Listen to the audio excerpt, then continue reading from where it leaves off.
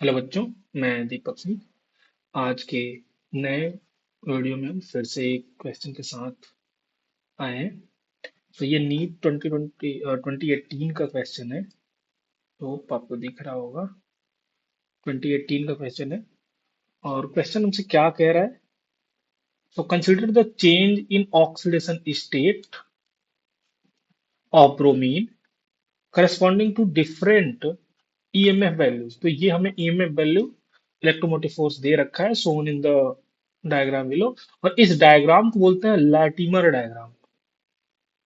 I hope आपने शायद पहले कभी सुना हो। नहीं सुना तो याद रखना, जब एक कंपाउंड दे रखा हो और उसका डिफरेंट ऑक्सीडेशन स्टेट में लगातार दूसरे कंपाउंड में कन्वर्ट हो रहा है, और उनका अलग अलग ईएमएफ वैल्यू दे रखा है, रिडक्शन पोटेंशियल दे रखा है, और फिर आपको इससे कभी कोई कोई क्वेश्चन पूछता है, तो ये जो डायग्राम बन रहा होता है कि यहाँ से अगर ऑक्सीडेशन स्टेट देखोगे तो ये +7 में है। यहाँ पे 3 दूने 6, एक माइनस बाहर गया तो +5 में ये होगा। और यहाँ ऑक्सीजन -2 में, एक +1 ये है तो ये +1 में है। देन ये आपका 0 में है और ये -1 में है। तो यहाँ पे ब्रोमीन लगातार अपना जो ऑक्सीडेशन स्टेट है वो कम कर रहा। तो +7 से +5, फिर +1, फिर 0, फिर -1। तो ऐसे जब आपको दिया हो तो ये इसको लैटिमर डायग्राम बोलते हैं। ठीक। हमसे क्या पूछ रखा है? तो हमसे पूछ रखा है then species undergoing disproportionation reaction. आपसे ये कह रहा है कि ऐसा कौन सा है जो डिसप्रपोर्शनेशन रिएक्शन में जाएगा। तो डिसप्रपोर्शनेशन रिएक्शन क्या होता है? डिसप्रपोर्शनेशन रिएक्शन का मतलब होता है कि ऐसी कौन सी स्पीसीज है जो सेम टाइप पे ऑक्सीडेशन और रिडक्शन दोनों में जा सकती है। इनमें से एक, दो, तीन, चार, चार, पांच, पांच आपको दे रखा है जो कंपाउंड। इनमें से कौन सा ऐसा स्पीसीज है जो ऑक्सीडेशन में भी जा सकता है और रिडक्शन में भी जा सकता है। अच्छा, अब इसमें आपको बहुत ज्यादा ज्ञान की जरूरत नहीं है। कुछ तो हम ऑप्शन एलिमिनेट करते हैं। कैसे ऑप्शन एलिमिनेट करते हैं? तो ब्रोमीन के लास्ट सेल में जो हैलोजन होते हैं, ब्रोमीन या कोई भी हैलोजन, उनके लास्ट सेट में 7 इलेक्ट्रॉन होते हैं। 7 के 7 जब बाहर चले जाएंगे तो +7 में चला गया। अब हैलोजन +7 से ज्यादा नहीं जा सकता। मींस अब ये ऑक्सीडाइज दूसरे में नहीं हो सकता, क्योंकि अब है ही नहीं इलेक्ट्रॉन। केवल ये रिड्यूस हो सकता है। और जब ये ऑक्सीडाइज नहीं हो सकता तो ये डिसप्रपोर्शनेशन रिएक्शन नहीं दे सकता, क्योंकि डिसप्रपोर्शनेशन का मतलब ये है कि ये ऑक्सीडेशन भी हो सकता है उसका, एंड रिडक्शन भी हो सकता है। तो रिडक्शन तो हो सकता है, +7 से +6 +5 कहीं जा सकता है, बट +7 से ऊपर नहीं जा सकता। मीन्स BrO4- अगर कहीं होगा तो ये दे रखा है, तो मीन्स ये ऑप्शन तो नहीं होने वाला। ये केवल रिड्यूस हो सकता है, फर्दर ये ऑक्सीडाइज नहीं हो सकता। ठीक है। अच्छा, सेम अगर आप -1 ब्रोमीन का देखोगे, तो जो हाइड्रोजन है वो मिनिमम -1 में जाते हैं, इससे ज्यादा कम में नहीं जाते। मीन्स यहाँ पे -1 का मतलब एक इलेक्ट्रॉन लेना, 7 इलेक्ट्रॉन होता है, एक इलेक्ट्रॉन लेगा, ऑक्टेट कंप्लीट हो जाएगा, इससे ज्यादा नहीं ले सकता। तो इसका मतलब क्या है कि अगर ब्रोमीन देता तो ये ब्रोमीन अब केवल ऑक्सीडाइज हो सकता है, इससे ज्यादा रिड्यूस नहीं हो सकता। तो चूंकि यहाँ पे Br- किसी ऑप्शन में नहीं है, अगर होता तो वो भी ऑप्शन एलिमिनेट हो जाता।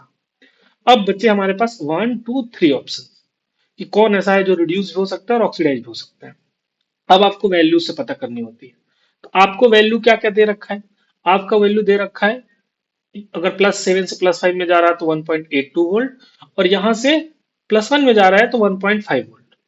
तो अब इसमें कैसे पता चलता है कि डिस्प्रोपोर्शनेशन में जाएगा कि नहीं? रिडक्शन पोटेंशियल तो आपको दे रखा है रिड्यूस होने पे, एमएफ वैल्यू।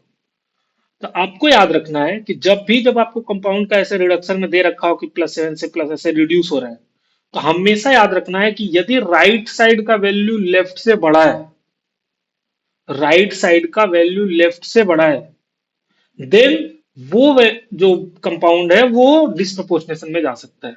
जैसे यहां देखो, इस अगर ये ऑक्सीडाइज होना चाहे तो 1.82 वोल्ट, पर रिड्यूस हो रहा तो 1.5 वोल्ट, तो ये रिड्यूस होना जाएगा, ऑक्सीडाइज नहीं जाने वाला।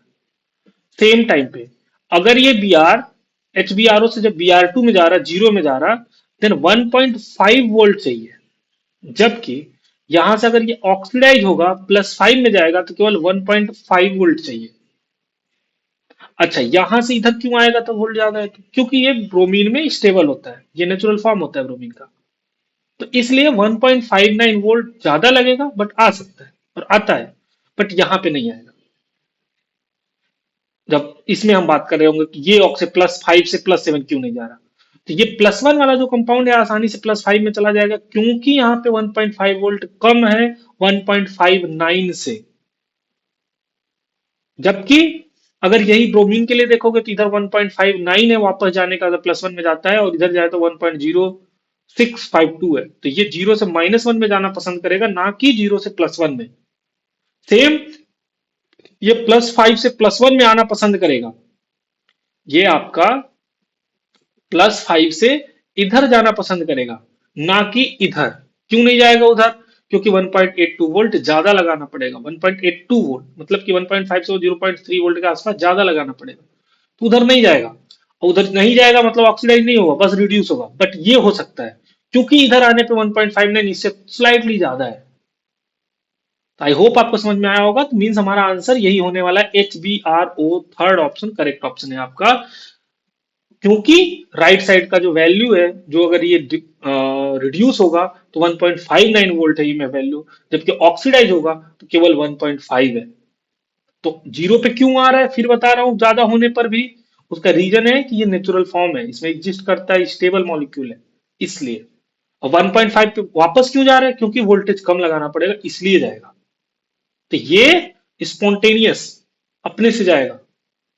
1.5 वोल्ट लगेगा जब आप वोल्टेज लगा रहे होगे 1.59 का, तो 1.59 पे इधर तो आएगा, ब्रोमीन गैस तो बनेगा, पर सेम टाइम पे 1.5 उधर भी कन्वर्ट होने लगेगा, तो ये डिसप्रपोर्शनेशन में जाएगा, मतलब इधर भी जाएगा और इधर भी जाएगा।